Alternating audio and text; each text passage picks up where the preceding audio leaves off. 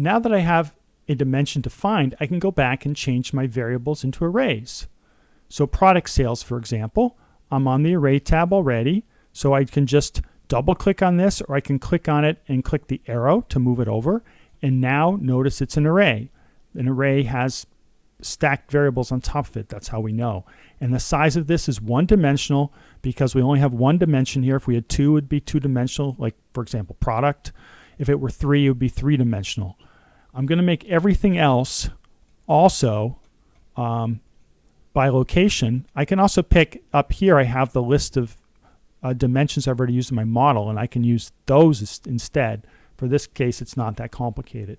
Now, if I do this, it's kind of weird because notice everything's defined. Unit sales, if we go back to the equation, is 400 for every location. Average price is 182.75 for every location. The equation is unit sales times average price for every location, which is okay. And this, I know for every location because the apply to all here is checked. But I want unit sales to be different for each place, so I'm going to turn that off. And now I can enter a different number for Boston, New York, I'll leave it 400, and Chicago we'll put somewhere in the middle. And you can see that these are all different now. I can hover over them to also see that they're all different underneath.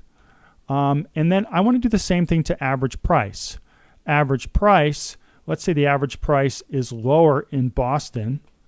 It's a little higher in New York, and it's somewhere in between in Chicago.